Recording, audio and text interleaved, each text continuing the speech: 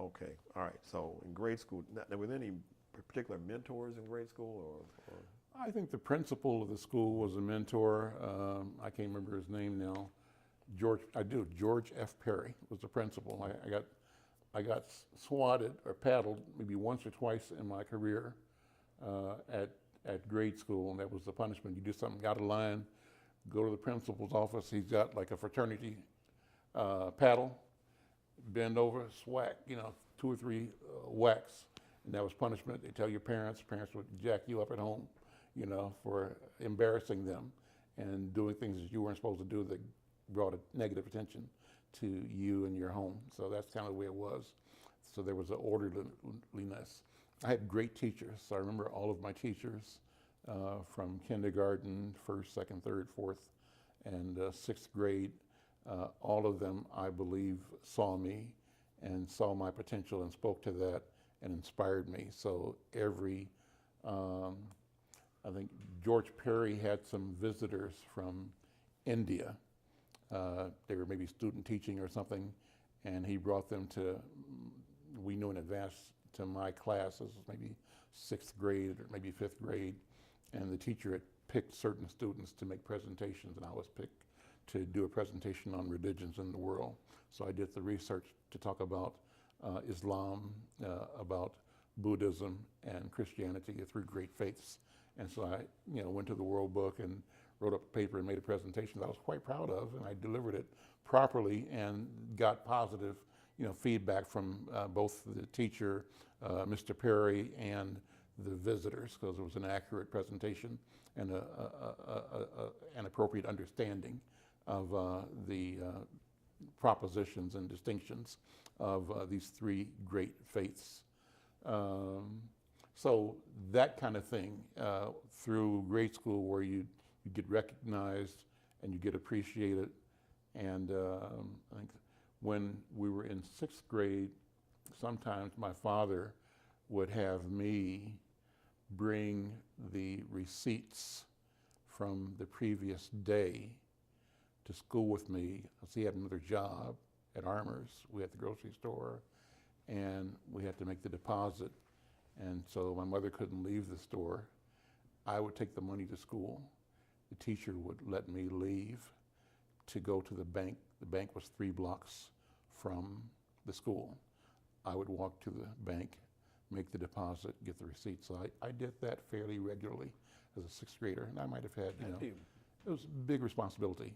Considerable amount of money for a 6th grader, right? Yeah, absolutely. So a day's receipts would be, or what would you? It could be $100, $200, $300, $400, $500, So a lot of money, and that's a lot of money to put in the hands of a 12-year-old. And so as a 12-year-old, I did that. As a 12-year-old, I worked in the store. I was actually sort of training and effective as a butcher. So I could handle doing butchering of meats. We have quarters of beef and of pork that I would butcher, and I do, slice stuff and prepare stuff. I'd make hamburger, grinding, all the stuff. So I did all of that at 12 years old, and so that was part of my business training. I ran the store when my mom she was having babies all the time, so my sister and I and Dad still worked. And she'd be out for me 2 days, sometime or 3 days, in the hospital. Have the baby 1 day, back work 3rd day. So one day, then I may have to stay home from school if it wasn't summertime, and run the business that day. So my sister and I actually ran our grocery store, opened up at 8 in the morning, keep it open till 8 at night. So I did that as a 12-year-old. So I ran the business. I remember before that, my grandmother made pies. And I remember going door to door in my neighborhood with a cardboard box with straps, cloth straps, and like maybe 15 pies of this size, and selling them for $1 or 50 cents, whatever it was. But these are pies my grandmother made for the church. We'd like to buy one, so I sold pies. I was good at selling them, and so I developed this sense of salesmanship and the ability and appreciation for selling as a kid, selling pies for my grandmother, and then doing the business transactions for the business that my family owned. And I enjoyed being seen in and among my peers as the son of entrepreneurs. And so This is in a black neighborhood, right? that was in a black neighborhood, yeah. But it wasn't a black business district. It was just a store in the neighborhood. So the nearest, there was a big store that we put us out of business after years. A Kroger opened up like 4 blocks away. And so the people that we gave credit to and did business with, that whole business kind of shrank over a period of time. And people would go to supermarkets. It was new and exciting. So going to Target, you know, when you've been going to the store here around the neighborhood. So, yeah. Okay, so now were you involved in other activities when you were growing up? Were you in the Boy Scouts, or did you play Little League baseball? Or? Boy Scouts for a minute, but not a long time, just enough to say I was a Boy Scout for maybe a summer or so. But I didn't take to it, I didn't stick with it. Played baseball. My cousins were good baseball players. I was not good, but I was part of the group, part of the neighborhood, our gang. You know, our gang, not negative gang, but our group of kids. Yes, you and your 2 cousins, Bernard and Bernal, and then Kenneth from down the street and Paul from around the corner. All of us worked together all the time for like 5 years. It's 8, 9 years we were together all the time. So we played baseball, played football, and we had a team that played baseball. I played catcher for a minute. I was not good. I tried to play infield. I was not good. So it was obvious to me that being a baseball player was not really in the cards for me. When I was in high school, I tried to play football for 1 year, and as it turned out, I needed surgery the same year, and that was a convenient way out because I was big enough, fat enough to for you to assume I should be on the line, right? And was willing to do it. My father didn't really want me to, and as it turned out, I needed surgery on a knee for calcium deposit. I had that at the beginning of the football season. I was there actually when it must have been August 28th, 1963. That was the March on Washington, I think. Yeah. So I remember watching the March on Washington from my hospital bed. Yeah. So I remember that. And then school started, and I couldn't play because I had surgery and stuff. So I wasn't athletic like that. So no. What was your impression of the march then in '63? I was impressed. You would have been 15? No, I'd have been 12. I'd have been 60 in '63. I could have been 15. Yeah, 15. Yeah. I was. Yeah, you're 15. Yeah. Impressed. I had so we were Bernard, Bernell, and I, and all of their older cousins were all part of the youth branch of the NAACP. You know, that we stayed involved with for all the time. And so that's the whole civil rights training. And in '59, we went to the National Convention in Atlanta. And they had tried to get accommodations at downtown hotels and were refused them. So we set up picket lines. We were at the convention center in Atlanta, set up picket lines downtown protesting the hotels that refused to provide accommodations. And while we were picketing, the Klan was picketing a counter march, and Nazis were picketing too. So it was like 3 groups out in front of this facility, all carrying signs protesting each other. And so that's an experience. I remember listening to Roy Wilkins talking to the young people saying, if we do civil disobedience, here's what we do, and here's why we do it, and here's what you have to do to protect yourself. Now, you were one of the young people he spoke to in person, right? Yeah, in person, yeah. This is a direct, I mean, you Yeah, I'm in the room, and he's talking to us about what to do, why we do it, what to do, why it's important, and how do you protect yourself if you get attacked by the police or by a mob. What do? You don't fight back, you don't hit back, you go down and you get in the fetal position and try to deflect the blows, protect your body. But we're doing this because it has to be done. It's the right thing to do. So that was the idea of getting people steeled up and ready to make the commitment that was required to challenge injustice. So I did that. My cousins and I were part of that training in '59, so we've been committed to that forever. Okay, that's Yeah. quite an experience. The NAACP youth was really active in those days, and I know a lot of people have testimony about what the NAACP youth was doing. So when you got to high school, were there any particular teachers or mentors that you looked up to? In high school, in junior high school, I excelled in Spanish, and that's because I had the sense of entitlement. I felt entitled to know and learn and use Spanish, so I just did it. And I was good from the beginning in Spanish, right? And learning Spanish, learning vocabulary, learning how to decline or to do conjugation of verbs and stuff was easy for me to do, and I got into it. So it was learning Spanish to help me improve my capabilities and abilities in English. And when I got to high school, I was advanced, and within a year had exhausted or two all of the high school level classes in Spanish. So I think my junior year, I was able to take Spanish classes at a community college across the street and get high school credit for it because there were no more. So I took 2 years of advanced Spanish at college level. That ended up being more when I got to Morehouse and continued studying Spanish. The capability was obvious. I signed up my freshman year for the highest level Spanish they had at Morehouse. And in the course of the year, I was invited from time to time by the professor to run the class for him. When he either was late or couldn't get to school, he would send somebody to my dorm saying, Mr. McFarlane, would you go and conduct my class today? So that was an honor. And it was at Morehouse that I also had a 6-week project doing Chinese. It didn't take, so we didn't continue it, but I was invited to do that. And I was also invited to work in the language lab as work study.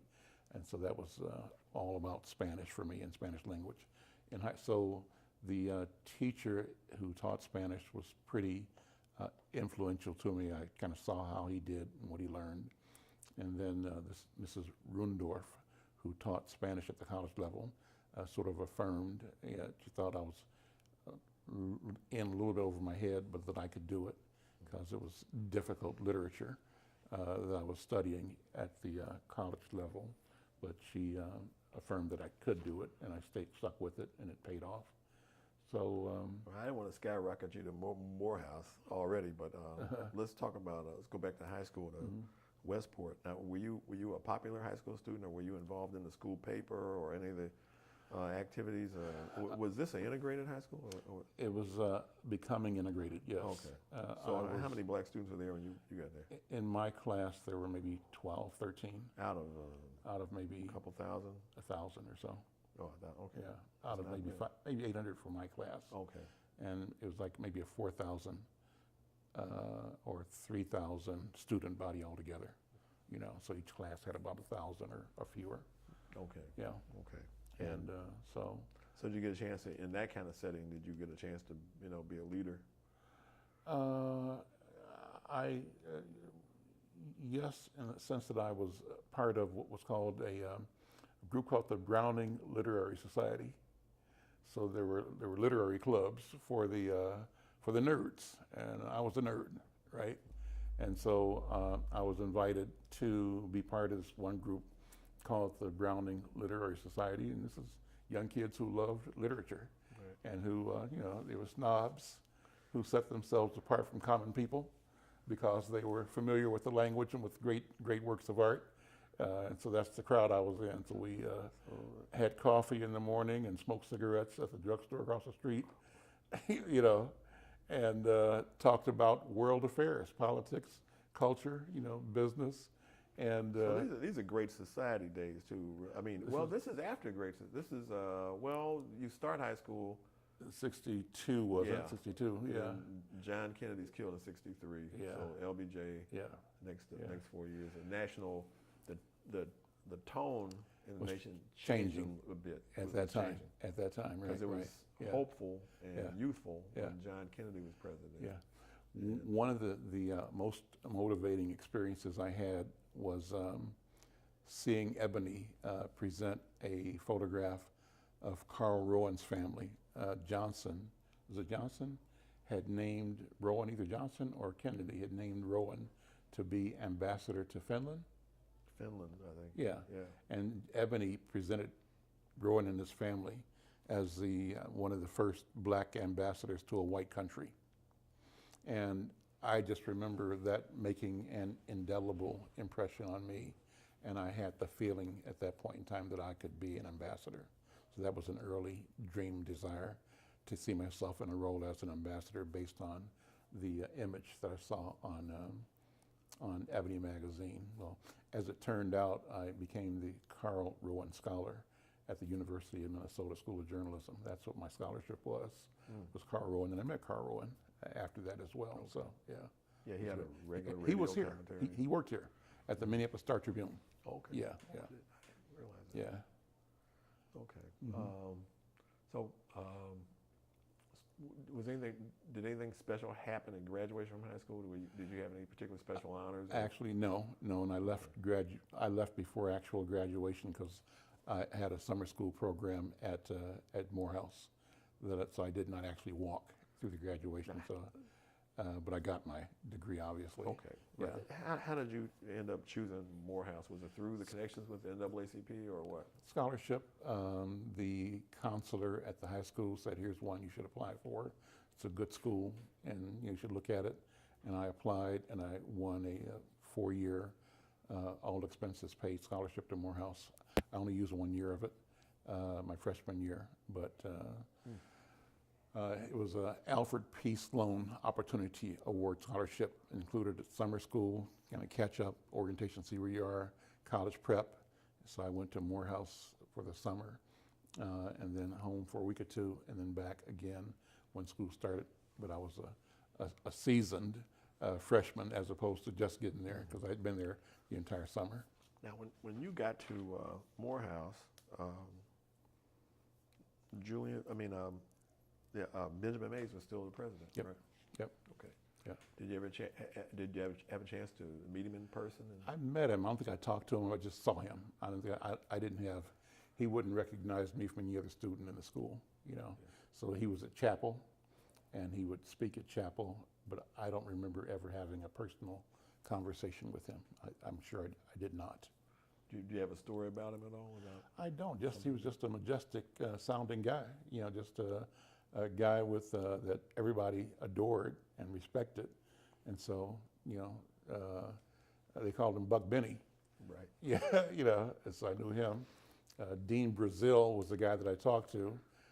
Dean Brazil was either vice chancellor or vice president or vice something, but he made sure your scholarship was okay. So I had to work with them to make sure I was financially, you know, okay with the scholarship that I'd gotten.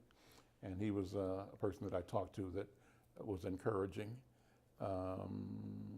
Then the gentleman that ran the language lab had worked for the CIA and had gone through the CIA's Language Academy in Monterey.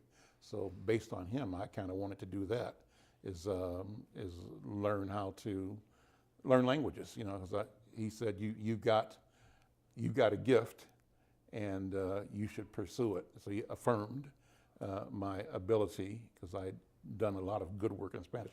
He would actually send me work, stuff to do for people that had documents in Portuguese that needed translating. So you can do this. And I hadn't seen Portuguese before, but if he said I could do it, I could obviously do it, and I would do it. I'd go do the work and do the research and give people my estimate of their what something translated to in a Portuguese legal document. So I did that. And that So was this good. is, you mentioned the CIA, and I remember that this era was the era of the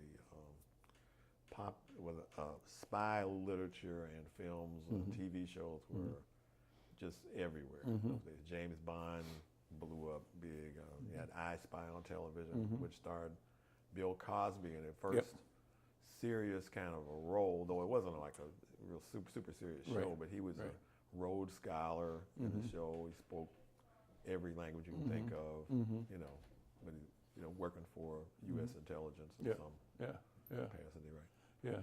And so none of that really got me, but it was just the personal relationship with the brother that ran the language lab, and he trusted me to be there and to help other students and to get tapes organized and give them and advise and support them in whatever language. It was French, Spanish, what else?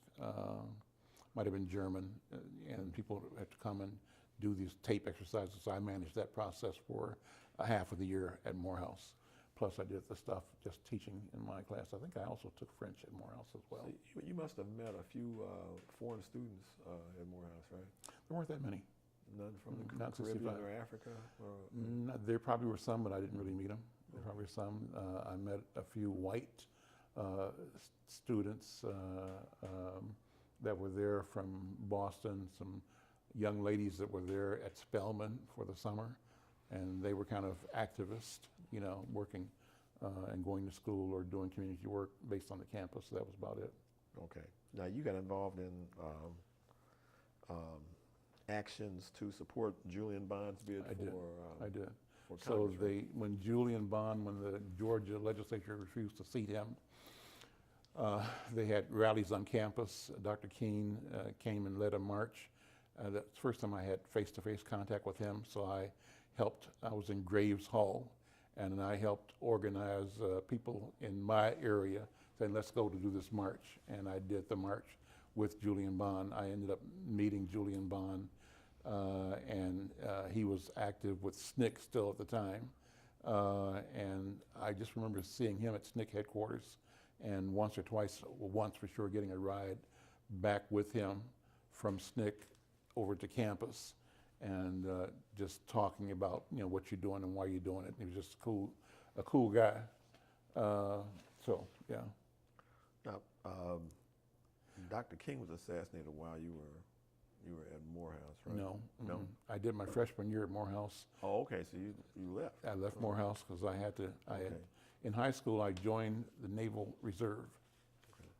And the contract was you do reserve duty a weekend a month for a year, 2 weeks of active duty in the summer times. But if you miss your drills, you are subject to being called into active duty. So I kind of became radicalized at Morehouse.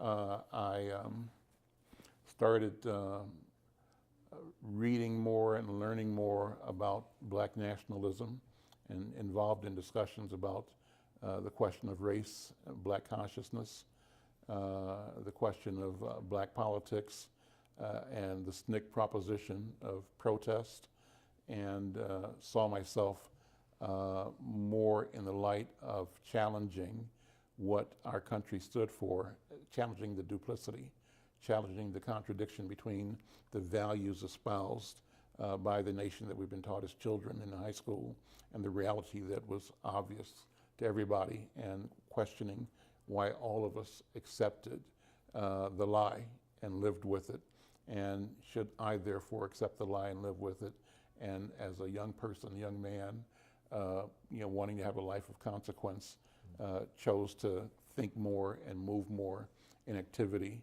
that reflected my disdain and contempt for and anger with the institutions that I thought were restrictive and devaluing of black life, and that maintained the white supremacy thought system. So I became conscious in my mind, and consciousness meant you had an obligation to speak truth to power and to question, challenge, argue, against those things that were obviously and blatantly disrespectful of my humanity and of any human life, and speak to and for this notion of equality, freedom, dignity, liberation, and as it was unfolding anywhere on the planet, connect and address, speak to it. So that's what I began to do. In the consequence, I had to face the contradiction of the fact that I would leave campus once a month and go to Marietta, Georgia, to the Naval Air Station and do my weekend drill. And at a certain point in time, I decided I didn't want to go. And so I stopped going. And I remember an emotional experience I had. Could have been close to some kind of a meltdown or breakdown, I don't know. But I watched a Korean War type movie. It was a popular movie I'd seen before, and it was about Americans fighting Koreans. And, you know, classic hero, might have been Audie Murphy or somebody, I'm not sure who it was. But, but what caught me at that emotional moment in my life was the picture of American airplanes shooting Koreans, and, you know, just the Hollywood version of our cavalry, same as cavalry getting the Indians. This time it's airborne cavalry killing Koreans, and it resonated with the idea that we were in Vietnam, and that's what we're doing right now, is Americans killing Vietnamese. And what had Vietnamese done to us, right? Black people, that we deserved, that we ought to be supporting initiatives. So I started questioning all of that, right? So you involved in an organization at this point, or any organization? No, just a student. I was a student, but I was active. There's no black student organizations that you're involved in on the campus? There was not a, and from my point of view anyway, an activist group, except for I was involved in a group called the Canterbury House. Canterbury House was an Episcopal. Do you know about them at all? No, it doesn't sound like a very radical group. Yeah, well, Canterbury House was an Episcopal center, and Father, what's his name? I can't remember. Father Scott was like the priest, or the Episcopal priest, and the center was open, doors open every morning, open till late. Go sit down, hang out. Yeah, coffee, water, pop. So was there a black student organization on campus, or a Pan-African student? There might have been, but I don't think so. I don't remember. Morehouse? I don't remember that. I don't remember. There might have been, but not to my knowledge. Yeah, not at that time. My impression of Morehouse is kind of tied down, you know, buttoned down place. Okay. And I don't know. I know that I interviewed years ago. We interviewed his last name is Gray. He was the press secretary for Harold Washington. Mm-hmm. And Grayson Mitchell. Okay. Grayson Mitchell. Okay. Yeah, and he talked about how they took over the administration building. Mm-hmm. I think it was maybe after you had left. Mm-hmm. They did that. And, it wasn't when I was there. Yeah, mm-hmm. And Benjamin Mays was not the president, but he was at the board meeting in the building at the time with Daddy King, and it was a big mistake. They once they did it, they locked up the building, and they couldn't. Once they discovered Daddy King was in there, and Daddy King said, "Well, it's all right. Just give me my medicine. Yeah, right. Y'all can take over. It's all right with me. I don't." Yeah. But they said, "Oh, we made a big," and they all got kicked out of school. You know? Mm-hmm. But I just wondered if you were part of a. No, so there wasn't as such when I was there that I was aware of. I'm a freshman, and I'm 17, 18 years old, and so outside of going to classes. I didn't play sports outside of going to classes. I spent pretty much all of my time at the Canterbury House, and who was at the Canterbury House were black intellectuals. So that's what that was. It was a place where black intellectuals came and they debated and talked all day. Anybody we would know in terms of Barry Gaither? You know who he is? Yeah, Edmund Barry Gaither. Edmund Barry Gaither. Was involved in the arts later on. Yeah. So I listened to Barry for the whole year. Whole year, and Barry's best friend and nemesis was a guy named E.J. Brisker. So E.J. Brisker and Barry would just be engaged in phenomenal point, counterpoint. I mean, it was high art. And Barry's gift of analysis and his use of the language was just phenomenal. And E.J. Brisker had this